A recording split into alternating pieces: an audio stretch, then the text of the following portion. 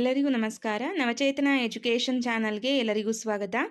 ಇವತ್ತಿನ ಸೆಷನ್ನಲ್ಲಿ ನಾವು GPSTR, PSTR ಹಾಗೂ HSTR ಪರೀಕ್ಷೆಗಳಿಗೆ ಉಪಯುಕ್ತ ಆಗೋ ರೀತಿಯಲ್ಲಿ GK ಮತ್ತು ಪ್ರಚಲಿತ ವಿದ್ಯಮಾನಕ್ಕೆ ಸಂಬಂಧಪಟ್ಟಂತೆ ಟಾಪ್ 30 ಕ್ವೆಶನ್ಸ್ಗಳನ್ನು ನೋಡ್ತಾ ಹೋಗೋಣ. ಇಲ್ಲಿ ನಾನು ರಾಷ್ಟ್ರೀಯ ಮತ್ತು ಅಂತಾರಾಷ್ಟ್ರೀಯ ವಿದ್ಯಮಾನಗಳು, ವಿಜ್ಞಾನ ಮತ್ತು ತಂತ್ರಜ್ಞಾನ, ಕ್ರೀಡೆ, ಅನಂತರ ಪ್ರಮುಖ ದಿನಾಚರಣೆಗಳು ಮತ್ತು ಥೀಮ್ಸ್ ಅನ್ನುವಂಥ ಕಾನ್ಸೆಪ್ಟ್ ಮೇಲೆ ಪ್ರಶ್ನೆಗಳನ್ನು ಪಟ್ಟಿ ಮಾಡಿದ್ದೀನಿ. ಪರೀಕ್ಷಾ ದೃಷ್ಟಿಯಿಂದ ವೆರಿ ಇಂಪಾರ್ಟೆಂಟ್ ಸೆಷನ್ ಆಗಿರುತ್ತೆ. ಇಲ್ಲಿರುವಂತಹ ಪ್ರಶ್ನೋತ್ತರಗಳನ್ನು ನೋಡಿ ನೋಟ್ಸನ್ನು ಮಾಡಿಕೊಂಡ್ರೆ ಅದು ನಿಮಗೆ ಮುಂದಿನ ಎಲ್ಲ ಪರೀಕ್ಷೆಗೆ ಉಪಯುಕ್ತವಾಗಿರುತ್ತೆ. ಓಕೆ, ಸೊ ಈಗ ಮೊದಲನೆಯ ಪ್ರಶ್ನೆ. ಡಿಸೆಂಬರ್ 24, 2025 ಇಸ್ರೋ ಉಡಾವಣೆ ಮಾಡಿದ LVM-3 M6 ರಾಕೆಟ್ ಯಾವ ವಾಣಿಜ್ಯ ಉಪಗ್ರಹವನ್ನು ಕಕ್ಷೆಗೆ ಸೇರಿಸಿತು ಅಂತ ಇದೆ. ಸೊ ಉಪಗ್ರಹದ ಹೆಸರನ್ನು ಕೇಳಿದ್ದಾರೆ. ಆ ಉಪಗ್ರಹದ ಹೆಸರೇನು ಅಂತ ಅಂದರೆ ಬ್ಲೂಬರ್ಡ್ ಬ್ಲ್ಯಾಕ್ 2 ಅನ್ನುವಂತಹ ಒಂದು ವಾಣಿಜ್ಯ ಉಪಗ್ರಹವನ್ನು ಇಸ್ರೋ ಕಕ್ಷೆಗೆ ಸೇರಿಸುತ್ತೆ. ಸೊ ಯಾವ ರಾಕೆಟ್ ಅಂತಲೂ ಕೇಳ್ಬೋದು. LVM-3 M6 ಆ ಒಂದು ರಾಕೆಟ್ನ ಹೆಸರು. ಸೊ ಉಪಗ್ರಹದ ಹೆಸರನ್ನು ಕೇಳಿದರೆ ಬ್ಲೂಬರ್ಡ್ ಬ್ಲ್ಯಾಕ್ 2 ಅನ್ನುವಂತಹ ವಾಣಿಜ್ಯ ಉಪಗ್ರಹ. ಸೊ ಇದಿಷ್ಟು ನೆನ್ಪಿಟ್ಕೊಳ್ಬೇಕಾಗತ್ತೆ. ಇದೇ ಪ್ರಶ್ನೆಯನ್ನು ಎರಡು ರೀತಿಯಲ್ಲಾದರೂ ಕೇಳ್ಬೋದು. ರಾಕೆಟ್ ಹೆಸರನ್ನಾದರೂ ಕೇಳ್ಬೋದು ಅಥವಾ ಉಪಗ್ರಹದ ಹೆಸರನ್ನಾದರೂ ಕೇಳ್ಬೋದು. ನೆಕ್ಸ್ಟ್ ಎರಡನೆಯ ಪ್ರಶ್ನೆ. ಇತ್ತೀಚೆಗೆ ಸುದ್ದಿಯಲ್ಲಿದ್ದ ಪ್ರಧಾನಮಂತ್ರಿ ಗ್ರಾಮೀಣ ಸಡಕ್ ಯೋಜನೆ, ಸೊ ಇದನ್ನು PMGSY ಅಂತ ಕರಿತೀವಿ, ಡಿಸೆಂಬರ್ 25, 2025 ಎಷ್ಟನೇ ವರ್ಷಾಚರಣೆಯನ್ನು ಪೂರೈಸಿತು ಅಂತ ಕೇಳಿದ್ದಾರೆ. 25ನೇ ವರ್ಷಾಚರಣೆಯನ್ನು ಪೂರೈಸಿತು. ಈ ಒಂದು 25ನೇ ವರ್ಷಾಚರಣೆಯನ್ನು ನಾವು ರಜತ ಮಹೋತ್ಸವ ಅಂತ ಕರಿತೀವಿ. ಮೂರನೆಯ ಪ್ರಶ್ನೆ. ಟೈಮ್ ಮ್ಯಾಗಝಿನ್ 2025ನೇ ಸಾಲಿನ ವರ್ಷದ ವ್ಯಕ್ತಿ ಎಂದು ಯಾರನ್ನು ಹೆಸರಿಸಿದೆ? ಇದಕ್ಕೆ ಸರಿಯಾದಂತಹ ಉತ್ತರ the architect of AI Jensen Huang ಮತ್ತು ಇತರರನ್ನು ಟೈಮ್ ಮ್ಯಾಗಝಿನ್ 2025ನೇ ಸಾಲಿನ ವರ್ಷದ ವ್ಯಕ್ತಿ, ಪರ್ಸನ್ ಆಫ್ ದ ಇಯರ್ ಅಂತ ಗುರುತಿಸಿದೆ. ನೆಕ್ಸ್ಟು ಮುಂದಿನ ಪ್ರಶ್ನೆ. 2025ರ ಮಿಸ್ ಯೂನಿವರ್ಸ್ ಕಿರೀಟವನ್ನು ಮುಡಿಗೇರಿಸಿಕೊಂಡ ಫಾತಿಮಾ ಬಾಷ್ ಯಾವ ದೇಶದವರು ಅಂತ ಕೇಳಿದ್ದಾರೆ. ಇವರು ಮೆಕ್ಸಿಕೋ ದೇಶದವರು. ಸೊ ಇಲ್ಲಿ ಅವರು ಯಾರು ಅಂತನಾದರೂ ಕೇಳ್ಬೋದು ಅಥವಾ ಯಾವ ದೇಶದವರು ಅಂತನಾದರೂ ಕೇಳ್ಬೋದು. ಯಾರು ಅಂತ ಕೇಳಿದರೆ ಫಾತಿಮಾ ಬಾಷ್ ಅನ್ನೋದು ಉತ್ತರ ಆಗುತ್ತೆ. ಯಾವ ದೇಶದವರು ಅಂತ ಕೇಳಿದರೆ ಮೆಕ್ಸಿಕೋ ದೇಶದವರು ಅನ್ನೋದು ಉತ್ತರ. ಓಕೆ, ಸೊ ನೆಕ್ಸ್ಟ್ ಡಿಸೆಂಬರ್ 2025ರಲ್ಲಿ ಭಾರತವು ಯಶಸ್ವಿಯಾಗಿ ಪರೀಕ್ಷಿಸಿದ ಜಲಾಂತರ್ಗಾಮಿ ನೌಕೆಯಿಂದ ಉಡಾಯಿಸಬಲ್ಲ ಪರಮಾಣು ಸಾಮರ್ಥ್ಯದ ಕ್ಷಿಪಣಿ ಯಾವುದು ಅಂತ ಅಂದರೆ K4. ಸೊ ಇದರ ವಿಶೇಷತೆ ಏನು ಅಂತಂದರೆ ಇದೊಂದು ಜಲಾಂತರ್ಗಾಮಿ ನೌಕೆಯಿಂದ ಉಡಾಯಿಸಬಲ್ಲ ಒಂದು ಪರಮಾಣು ಸಾಮರ್ಥ್ಯದ ಕ್ಷಿಪಣಿಯಾಗಿರುತ್ತೆ. ಸೊ ಇದರ ಹೆಸರನ್ನು, ಕ್ಷಿಪಣಿಯ ಹೆಸರನ್ನು ಕೇಳ್ಬೋದು, K4 ಅನ್ನೋದನ್ನು ನೆನ್ಪಿಟ್ಕೊಳ್ಳಿ. ಓಕೆ, ಸೊ ನೆಕ್ಸ್ಟ್ ಆರನೆಯ ಪ್ರಶ್ನೆ. ರಾಷ್ಟ್ರೀಯ ಮತ್ತು ಅಂತಾರಾಷ್ಟ್ರೀಯ ವಿದ್ಯಮಾನಗಳಿಗೆ ಸಂಬಂಧಪಟ್ಟಂತಹ ಪ್ರಶ್ನೆಗಳು ಮತ್ತೆ ಮುಂದುವರಿಯುತ್ತೆ. ಸೊ ಆರನೆಯ ಪ್ರಶ್ನೆ. ರಾಷ್ಟ್ರಪತಿ ದ್ರೌಪದಿ ಮುರ್ಮು ಅವರು ಡಿಸೆಂಬರ್ 2025ರಲ್ಲಿ ಭಾರತದ ಸಂವಿಧಾನವನ್ನು ಯಾವ ಲಿಪಿಯಲ್ಲಿ ಬಿಡುಗಡೆ ಮಾಡಿದರು? ಸೊ ಈಗ ಪ್ರಶ್ನೆಯನ್ನು ಗಮನಿಸಿ. ಹಿಂದಿನ ಸೆಷನ್ನಲ್ಲಿ ನಾನು ಯಾವ ಭಾಷೆಯಲ್ಲಿ ಬಿಡುಗಡೆ ಮಾಡಿದರು ಅಂತ ಕೇಳಿದ್ದೆ. ಈಗ ಸ್ಪೆಸಿಫಿಕ್ ಆಗಿ ಯಾವ ಲಿಪಿಯಲ್ಲಿ ಅಂತ ಕೂಡ ಪ್ರಶ್ನೆ ಆಗ್ಬೋದು. ಲಿಪಿ ಯಾವುದು ಅಂದರೆ ಓಲ್ ಚಿಕ್ಕಿ ಲಿಪಿ ಅಂತ ಅದರ ಹೆಸರು. ಯಾವ ಭಾಷೆಯಲ್ಲಿ ಬಿಡುಗಡೆ ಮಾಡಿದ್ದಾರೆ ಅಂತ ಅಂದರೆ ಸಂತಾಲಿ ಭಾಷೆ. ಸಂತಾಲಿ ಭಾಷೆಯ ಓಲ್ ಚಿಕ್ಕಿ ಲಿಪಿಯಲ್ಲಿ ಭಾರತದ ಸಂವಿಧಾನವನ್ನು ದ್ರೌಪದಿ ಮುರ್ಮು ಅವರು ಡಿಸೆಂಬರ್ 2025ರಲ್ಲಿ ಬಿಡುಗಡೆ ಮಾಡಿರುವಂಥದ್ದು. ವೆರಿ ಇಂಪಾರ್ಟೆಂಟ್ ಕ್ವೆಶನ್ ಆಗುತ್ತಿದ್ದು, ನೋಟ್ ಮಾಡ್ಕೊಳ್ಳಿ. ನೆಕ್ಸ್ಟ್, ಭಾರತದ ಮೊದಲ ಸಂಪೂರ್ಣ ಸ್ವದೇಶಿ ನಿರ್ಮಿತ 1.5 ಟೆಸ್ಲಾ MRI ಸ್ಕ್ಯಾನರನ್ನು ಅಭಿವೃದ್ಧಿಪಡಿಸಿದ ಸಂಸ್ಥೆ ಯಾವುದು ಅಂತ ಕೇಳಿದ್ದಾರೆ. ಇಲ್ಲಿ ಇದಕ್ಕೆ ಸರಿಯಾದಂತಹ ಉತ್ತರ ಓಕ್ಸೆಲ್ ಗ್ರಿಡ್ಸ್ ಅನ್ನುವಂತಹ ಒಂದು ಸಂಸ್ಥೆ ಬಿಡುಗಡೆ ಮಾಡಿರುವಂಥದ್ದು. ಸೊ ಇದು ಟಾಟಾ ಬೆಂಬಲಿತ ಒಂದು ಸ್ಟಾರ್ಟಪ್ ಕಂಪ್ನಿಯಾಗಿರುತ್ತೆ. ಓಕೆ, ಸೊ ನೆಕ್ಸ್ಟ್, ಉತ್ತಮ ಆಡಳಿತ ದಿನವನ್ನು ಯಾವ ಮಾಜಿ ಪ್ರಧಾನಿಯವರ ಜನ್ಮದಿನದ ಅಂಗವಾಗಿ ಡಿಸೆಂಬರ್ 25ರಂದು ಆಚರಿಸಲಾಗುತ್ತದೆ? ಸೊ ಇದು ಆಲ್ರೆಡಿ ರಿಪೀಟೆಡ್ ಕ್ವೆಶನ್ ಆಗಿರುತ್ತೆ. ಕೆಲವೊಂದಿಷ್ಟು ಕ್ವೆಶನ್ಗಳು ರಿಪೀಟ್ ಆಗಿದ್ರೆ ಅದನ್ನು ರಿವಿಷನ್ ಆಗುತ್ತೆ ಅಂತ ಭಾವಿಸಿ. ಓಕೆ, ಸೊ ಇದಕ್ಕೆ ಸರಿಯಾದಂತಹ ಉತ್ತರ ಅಟಲ್ ಬಿಹಾರಿ ವಾಜಪೇಯಿ ಅವರ ಜನ್ಮದಿನದ ಅಂಗವಾಗಿ ನಾವು ಡಿಸೆಂಬರ್ 25ರಂದು ಉತ್ತಮ ಆಡಳಿತ ದಿನ ಅಂತ ಆಚರಣೆಯನ್ನು ಮಾಡ್ತೀವಿ. ಯಾವಾಗ ನಾವು ಪದೇ ಪದೇ ಓದ್ತೀವಿ, ಸೊ ಅಂತಹ ಪ್ರಶ್ನೆಗಳು ಮರ್ತೋಗಲ್ಲ. ಓಕೆ, ಅದಕ್ಕೆ ಕೆಲವೊಂದಿಷ್ಟು ಕ್ವೆಶನ್ಸ್ಗಳು ರಿಪೀಟ್ ಆಗಿ ಬರ್ಬೋದು. ಓಕೆ, ನೆಕ್ಸ್ಟ್ ಡಿಸೆಂಬರ್ 2025ರಲ್ಲಿ ನಾಗರಿಕ ವಿಮಾನಯಾನ ಸಚಿವಾಲಯದಿಂದ NOC ಪಡೆದ ಹೊಸ ವಿಮಾನಯಾನ ಸಂಸ್ಥೆಗಳು ಯಾವುವು ಅಂತ ಕೇಳಿದ್ದಾರೆ. ಸೊ ಇಲ್ಲಿ ಅಲ್ ಹಿಂದ್ ಏರ್ ಮತ್ತು ಫ್ಲೈ ಎಕ್ಸ್‌ಪ್ರೆಸ್ ಈ ಎರಡು ವಿಮಾನಯಾನ ಸಂಸ್ಥೆಗಳು NOC ಪಡೆದಂತಹ ಸಂಸ್ಥೆಗಳಾಗಿರುತ್ತೆ. ಓಕೆ, ಸೊ ನೆಕ್ಸ್ಟ್ ಗ್ರಾಮೀಣಾಭಿವೃದ್ಧಿ ಸಚಿವಾಲಯದ ದತ್ತಾಂಶದ ಪ್ರಕಾರ ಡಿಸೆಂಬರ್ 2025ರ ಹೊತ್ತಿಗೆ PMGSY ಅಡಿಯಲ್ಲಿ ನಿರ್ಮಿಸಲಾದ ರಸ್ತೆಗಳ ಒಟ್ಟು ಉದ್ದದ ಮೈಲಿಗಲ್ಲು ಏನು ಅಂತ ಕೇಳಿದ್ದಾರೆ. ಸೊ ಇಲ್ಲಿ ಸರಿಯಾದ ಉತ್ತರ ಗ್ರಾಮೀಣ ಸಂಪರ್ಕದಲ್ಲಿ 25 ವರ್ಷಗಳ ಸಾಧನೆ. ನಿರ್ದಿಷ್ಟ ಕಿಲೋಮೀಟರ್ ವರದಿ ಬದಲಾಗಬಹುದು, ಆದರೆ 25 ವರ್ಷಗಳ ಮೈಲಿಗಲ್ಲು ಅನ್ನೋದು ಮುಖ್ಯ ಆಗುತ್ತೆ. ಸೊ ಇದು ರಜತ ಮಹೋತ್ಸವವನ್ನು ಆಚರಿಸ್ಕೊಂಡಿರುವಂಥದ್ದನ್ನು ಕೂಡ ಈ ಹಿಂದಿನ ಪ್ರಶ್ನೆಯಲ್ಲಿ ನೋಡಿದ್ವಿ ಅಲ್ವಾ. ಸೊ ನೆಕ್ಸ್ಟ್ ಮುಂದಿನ ಪ್ರಶ್ನೆಯನ್ನು ನೋಡೋಣ. ಮುಂದಿನ ಪ್ರಶ್ನೆಗಳು ಕ್ರೀಡೆ ಮತ್ತು ಇತರ ಪ್ರಮುಖ ಸುದ್ದಿಗಳ ಕುರಿತಾಗಿ ಪ್ರಶ್ನೆಗಳಿದೆ. ಸೊ ಇಲ್ಲಿ ಯಾವ ಕಾನ್ಸೆಪ್ಟ್ ಮೇಲೆ ಪ್ರಶ್ನೆ ಆಗಿದೆ ಅಂತ ನೋಡೋಣ. ಸಾಹಿತ್ಯ ಅಕಾಡೆಮಿ ಯುವ ಪುರಸ್ಕಾರ 2025 ಈ ಕಾನ್ಸೆಪ್ಟ್ ಮೇಲೆ ಪ್ರಶ್ನೆ ಆಗಿದೆ.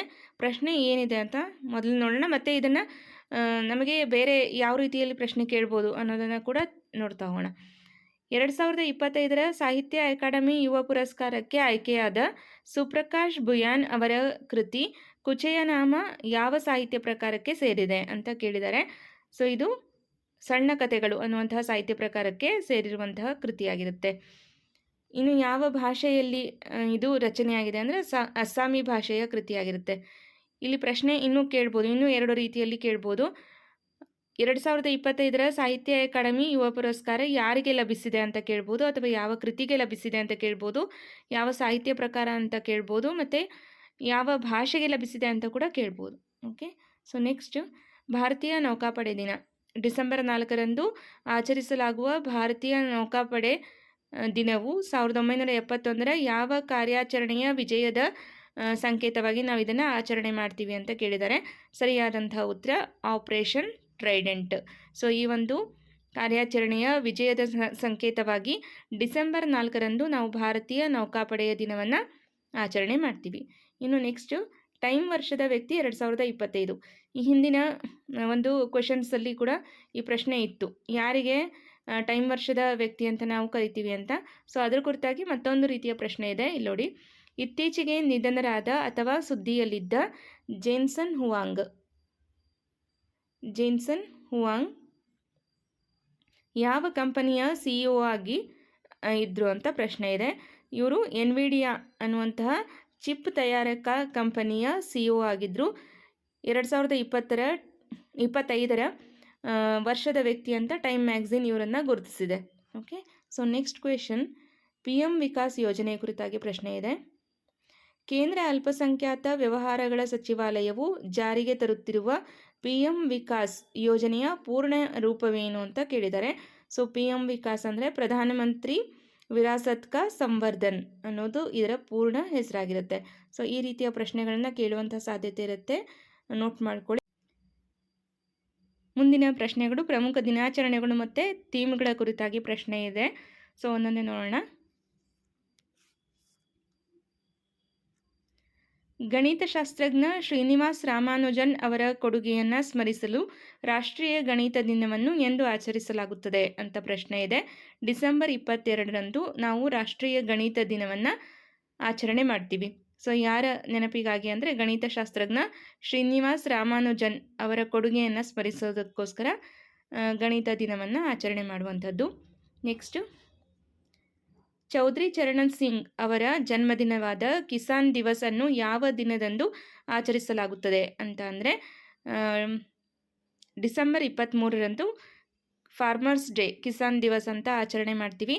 ಮಾಜಿ ಪ್ರಧಾನಿ ಚೌಧರಿ ಚರಣ್ ಸಿಂಗ್ ಅವರ ಜನ್ಮದಿನದ ಸವಿನೆನಪಿಗಾಗಿ ನಾವು ಈ ಒಂದು ದಿನಾಚರಣೆಯನ್ನು ಮಾಡುವಂಥದ್ದು. ನೆಕ್ಸ್ಟು ಡಿಸೆಂಬರ್ 1ರಂದು ಆಚರಿಸಲಾದ ವಿಶ್ವ ಏಡ್ಸ್ ದಿನ 2025ರ ಪ್ರಮುಖ ಉದ್ದೇಶವೇನು ಅಂದರೆ ಥೀಮ್ ಏನು ಅಂತ ಕೇಳಿದ್ದಾರೆ, ಅಥವಾ ಅದರ ಉದ್ದೇಶ ಏನು ಅಂತನಾದರೂ ಪ್ರಶ್ನೆ ಕೇಳ್ಬೋದು. HIV ಅಥವಾ ಏಡ್ಸ್ ಬಗ್ಗೆ ಜಾಗೃತಿ ಮತ್ತು ಸೋಂಕಿತರಿಗೆ ಬೆಂಬಲ ನೀಡುವಂತಹ ಉದ್ದೇಶವನ್ನು ಹೊಂದಿರುತ್ತೆ.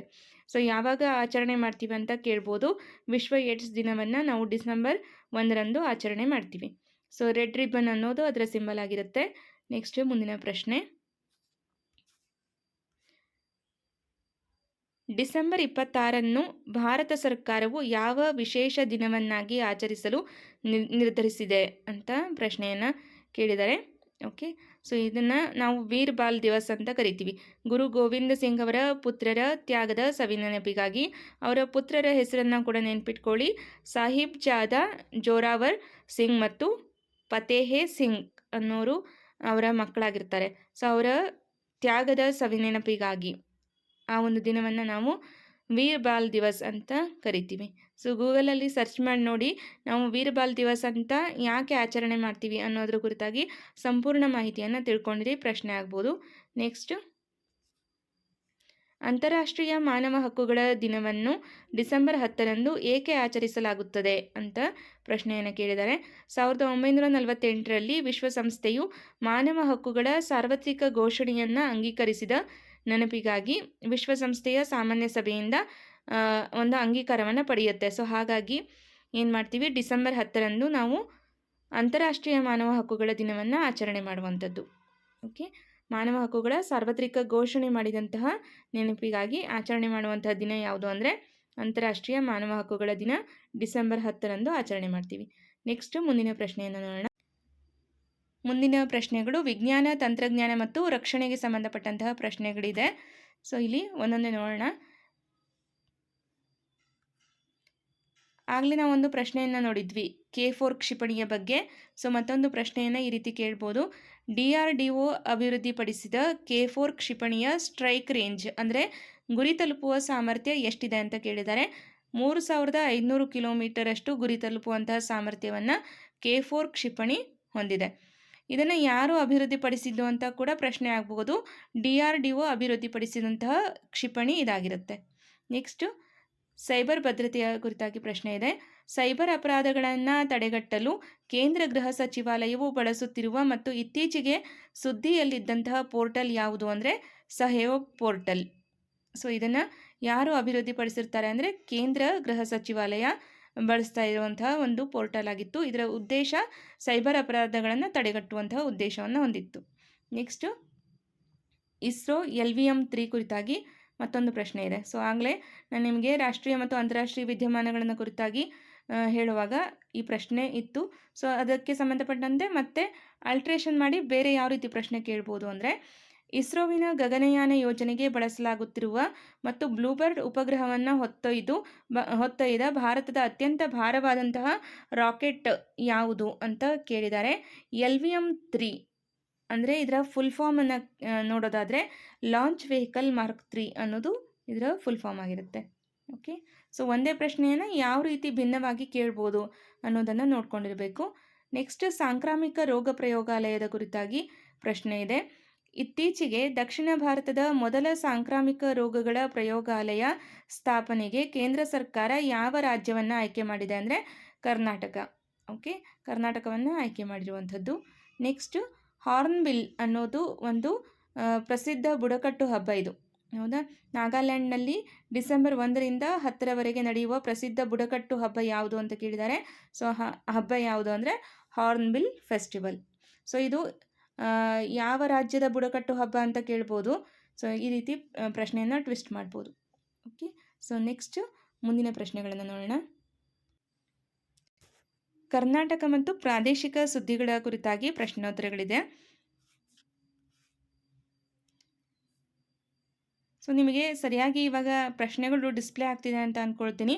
ಫಸ್ಟ್ ಆ್ಯಂಡ್ ಸೆಕೆಂಡ್ ಸೆಷನ್ನಲ್ಲಿ ಸ್ವಲ್ಪ ನಿಮಗೆ ಅದು ಡಿಸ್ಪ್ಲೇ ಆಗೋದು ಅಷ್ಟು ಕ್ಲಿಯರ್ ಆಗಿರಲಿಲ್ಲ. ಸೊ ಹಾಗಾಗಿ ಝೂಮ್ ಮಾಡಿ ತೋರಿಸ್ತಾ ಇದ್ದೀನಿ. ಕರ್ನಾಟಕದ ಎಲ್ಲ ವಸತಿ ಶಾಲೆಗಳಿಗೆ ಇತ್ತೀಚೆಗೆ ಯಾವ ಮಹನೀಯರ ಹೆಸರನ್ನು ಮರುನಾಮಕರಣ ಮಾಡಲಾಗಿದೆ ಅಂತ ಅಂದರೆ ಮಹರ್ಷಿ ವಾಲ್ಮೀಕಿ ವಸತಿ ಶಾಲೆಗಳು ಅಂತ ಹೆಸರನ್ನು ಇಡಲಾಗಿದೆ. ಕರ್ನಾಟಕದ ಎಲ್ಲ ರೆಸಿಡೆನ್ಷಿಯಲ್ ಸ್ಕೂಲಿಗೆ ಇಟ್ಟಿರುವಂತಹ ಹೆಸರು ಏನು ಅಂದರೆ ಮಹರ್ಷಿ ವಾಲ್ಮೀಕಿ ವಸತಿ ಶಾಲೆಗಳು. ನೆಕ್ಸ್ಟ್ ಕ್ವೆಶನ್, ಬೆಂಗಳೂರು ವೈದ್ಯಕೀಯ ಕಾಲೇಜಿನಲ್ಲಿ ಸ್ಥಾಪಿಸಲಾಗುತ್ತಿರುವ ದಕ್ಷಿಣ ಭಾರತದ ಮೊದಲ ಸಾಂಕ್ರಾಮಿಕ ರೋಗಗಳ ಸಂಶೋಧನಾ ಪ್ರಯೋಗಾಲಯ ಯಾವುದು ಅಂತ ಅಂದರೆ IRDL ಅನ್ನೋದು ಪ್ರಯೋಗಾಲಯದ ಹೆಸರಾಗಿರುತ್ತೆ. ಅದರ ಫುಲ್ ಫಾರ್ಮನ್ನು ನೋಡೋದಾದರೆ infectious disease research and diagnostic laboratory. So ಇದು ಯಾರ ಬೆಂಬಲದಿಂದ ಸ್ಥಾಪನೆಯಾದಂತಹ ಪ್ರಯೋಗಾಲಯ ಅಂದರೆ ICMR ಬೆಂಬಲಿತ ಒಂದು ಪ್ರಯೋಗಾಲಯ ಆಗಿರುತ್ತೆ.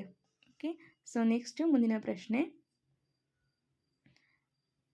ಪ್ರಾಣಿಗಳ ಬಗ್ಗೆ ಮಕ್ಕಳಲ್ಲಿ ಅನುಭೂತಿ ಬೆಳೆಸಲು ಪೆಟಾ ಸಂಸ್ಥೆಯು ಕರ್ನಾಟಕದ ಶಾಲೆಗಳಲ್ಲಿ ಬಳಸುತ್ತಿರುವಂತಹ ರೋಬೋಟಿಕ್ ಆನೆಯ ಹೆಸರೇನು ಅಂತ ಅಂದರೆ ಎಲ್ಲಿ ಅನ್ನುವಂತಹ ಹೆಸರನ್ನು ಇಡಲಾಗಿದೆ. ಓಕೆ, ಸೊ ಇದೊಂದು ರೋಬೋಟಿಕ್ ಆನೆ, ಅದರ ಹೆಸರು ಎಲ್ಲಿ ಅನ್ನುವಂಥದ್ದು. ನೆಕ್ಸ್ಟ್, ಕರ್ನಾಟಕ ಸರ್ಕಾರವು ಇತ್ತೀಚೆಗೆ ಯಾವ ಜಿಲ್ಲೆಯಲ್ಲಿ ಸುಧಾರಿತ ಹೃದಯ ಮತ್ತು ಪಾರ್ಶ್ವವಾಯು ಚಿಕಿತ್ಸೆಗಾಗಿ ಮೊನೀಜ್ ಕ್ಯಾತ್ ಲ್ಯಾಬನ್ನು ಉದ್ಘಾಟಿಸಿತು ಅಂದರೆ ಕಲಬುರಗಿಯಲ್ಲಿ ಉದ್ಘಾಟನೆಯನ್ನು ಮಾಡಿದೆ. ಸೊ ಓಕೆ, ಮೊನೀಜ್ ಕ್ಯಾತ್ ಲ್ಯಾಬ್ ಎಲ್ಲಿದೆ ಅಂದರೆ ಕಲಬುರಗಿಯಲ್ಲಿ ಇರುವಂಥದ್ದು. ನೆಕ್ಸ್ಟು, ಯಾವ ಚಿಕಿತ್ಸೆಗಾಗಿ ಅಂತ ಕೂಡ ಕೇಳ್ಬೋದು. ಹೃದಯ ಮತ್ತು ಪಾರ್ಶ್ವವಾಯು ಚಿಕಿತ್ಸೆಗಾಗಿ ಈ ಒಂದು ಲ್ಯಾಬನ್ನು ಉದ್ಘಾಟನೆ ಮಾಡಲಾಗಿದೆ. ನೆಕ್ಸ್ಟು ಲಾಸ್ಟ್ ಕ್ವೆಶನ್, ಇದು ಲಾಸ್ಟ್ ಅಂದರೆ 29th ಕ್ವೆಶನ್ ಆಗುತ್ತೆ. ಇನ್ನೊಂದು ಕ್ವೆಶನ್ನ ನಾನು ನಿಮಗೆ ಹೇಳ್ತೀನಿ, ಅದರ ಜೊತೆಗೆ ನಿಮಗೂ ಕೂಡ ಒಂದು ವರ್ಕ್ ಇದೆ. ಸೊ ಈಗ 29th ಕ್ವೆಶನ್ ನೋಡೋಣ. ಇತ್ತೀಚೆಗೆ ನಿಧನರಾದ ಅಥವಾ ಸುದ್ದಿಯಲ್ಲಿದ್ದ ಕನ್ನಡದ ಸಾಹಿತಿಗಳಿಗೆ ಸಂಬಂಧಿಸಿದಂತೆ ಕೇಂದ್ರ ಸಾಹಿತ್ಯ ಅಕಾಡೆಮಿಯು ಯುವ ಪುರಸ್ಕಾರ 2025 ವಿಜೇತ ಕೃತಿ ಯಾವುದು ಅಂತ ಇದೆ. ಸೊ ಕೃತಿಯ ಹೆಸರು ನಿರ್ದಿಷ್ಟ ಕೃತಿ. ಜೂನ್ನಲ್ಲಿ ಘೋಷಣೆಯಾದ ಪಟ್ಟಿಯ ಅನ್ವಯ ಡಿಸೆಂಬರ್ ಪ್ರಶಸ್ತಿ ಪ್ರದಾನ ಸಮಾರಂಭದಲ್ಲಿ ಪ್ರಸ್ತುತವಾಗುತ್ತದೆ. ಯುವ ಪುರಸ್ಕಾರ 2025 ವಿಜೇತ ಕೃತಿ ಯಾವುದು ಅಂದರೆ ನಿರ್ದಿಷ್ಟ ಕೃತಿ, ಹೆಸರೇ ನಿರ್ದಿಷ್ಟ ಕೃತಿ ಅಂತ ಇದೆ. ಓಕೆ, ಇನ್ನು 30ನೆಯ ಪ್ರಶ್ನೆ. ಸೊ ಯಾವುದಿದೆ ಅಂತ ಅಂದರೆ, ಈಗ ಒಂದು ವರ್ಲ್ಡ್ ಕಪ್ ನಡೀತು, blind cricket world cup 2025. So ಇದರಲ್ಲಿ ನಮ್ಮ ಭಾರತೀಯ ತಂಡ ವಿನ್ ಆಗಿದೆ, ಹೌದಾ? ಸೊ ಈಗ ಪ್ರಶ್ನೆಗೆ ಯಾವ ತಂಡ ವಿನ್ ಆಗಿತ್ತು ಅಂದರೆ ಭಾರತದ ತಂಡ. ಸೊ ನಿಮಗೆ ಪ್ರಶ್ನೆ ಏನು ಅಂತ ಅಂದರೆ, ಸೊ ಇದು ಎಲ್ಲಿ ಹೋಸ್ಟ್ ಆಗಿತ್ತು, ಎಲ್ಲಿ ನಡೆದಿತ್ತು ಅನ್ನೋದನ್ನು ನೀವು ತಿಳ್ಕೊಂಡು ಕಮೆಂಟಲ್ಲಿ ಉತ್ತರವನ್ನು ತಿಳಿಸಿ. ಯಾಕಂದರೆ ನೀವು ಕೂಡ GK ಅಥವಾ ಕರೆಂಟ್ ಅಫೇರ್ಸ್ ಕುರಿತಾಗಿ ಅಪ್ಡೇಟ್ ಆಗಿರಬೇಕು. ಸೊ ಹಾಗಾಗಿ ಈ ಒಂದು ಪ್ರಶ್ನೆಯನ್ನು ನಿಮಗೆ ಬಿಡ್ತಾ ಇದ್ದೀನಿ. ಯಾರು ವಿನ್ ಆಗಿದ್ದಾರೆ ಅನ್ನೋದನ್ನು ನಾನು ತಿಳಿಸಿದ್ದೀನಿ, ಎಲ್ಲಿ ನಡೆದಿತ್ತು ಅನ್ನೋದನ್ನು ನೀವು ತಿಳ್ಕೊಂಡು ಕಮೆಂಟನ್ನು ಮಾಡಿ. ಕಮೆಂಟ್ ಮಾಡದೇ ಇದ್ರೂ ಕೂಡ ನೋಟ್ ಮಾಡಿ ಇಟ್ಕೊಳ್ಳಿ. ಓಕೆ, ಸೊ ಇದಿಷ್ಟು ಇವತ್ತಿನ GK ಮತ್ತು ಕರೆಂಟ್ ಅಫೇರ್ಸ್ಗೆ ಸಂಬಂಧಪಟ್ಟಂತಹ ಪ್ರಶ್ನೋತ್ತರಗಳಾಗಿತ್ತು. ಸೊ ಫ್ರೀ ಟೈಮ್ ಸಿಕ್ಕಾಗೆಲ್ಲ ನಿಮಗೆ ತರಗತಿಯನ್ನು ಮಾಡುವಂತಹ ಪ್ರಯತ್ನವನ್ನು ಮಾಡ್ತಿರ್ತೀನಿ. ನೀವು ಕೂಡ ಸಮಯವನ್ನು ವ್ಯರ್ಥ ಮಾಡದೆ ಚೆನ್ನಾಗಿ ಅಭ್ಯಾಸವನ್ನು ಮಾಡಿ. ಯಾಕಂದರೆ ಸಮಯವೇ ಬಹಳ ಅತ್ಯಮೂಲ್ಯವಾದದ್ದು. ಒಂದು ಸಲ ನಾವು ಈ ಟೈಮನ್ನು ಕಳ್ಕೊಂಡ್ರೆ ಮತ್ತೆ ನಮಗೆ ಸಿಗೋದಿಲ್ಲ. ನಾವು ಬೇರೆ ಏನನ್ನು ಬೇಕಾದರೂ ಕೂಡ ಕೊಂಡ್ಕೊಳ್ಬೋದು ಅಥವಾ ಅದನ್ನು ಹುಡುಕಿದರೆ ಸಿಗ್ಬೋದು, ಆದರೆ ಕಳೆದು ಹೋದಂತಹ ಸಮಯ ಮತ್ತೆ ಸಿಗೋದಿಲ್ಲ. ಸೊ ಹಾಗಾಗಿ ಇರುವಂತಹ ಸಮಯವನ್ನು ಸದುಪಯೋಗ ಮಾಡ್ಕೊಳ್ಳಿ, ಚೆನ್ನಾಗಿ ಅಭ್ಯಾಸವನ್ನು ಮಾಡಿ ಅಂತ ಹೇಳ್ತಾ ಈ ತರಗತಿಯನ್ನು ಇಲ್ಲಿಗೆ ಎಂಡ್ ಮಾಡ್ತಾ ಇದ್ದೀನಿ. Thank you all.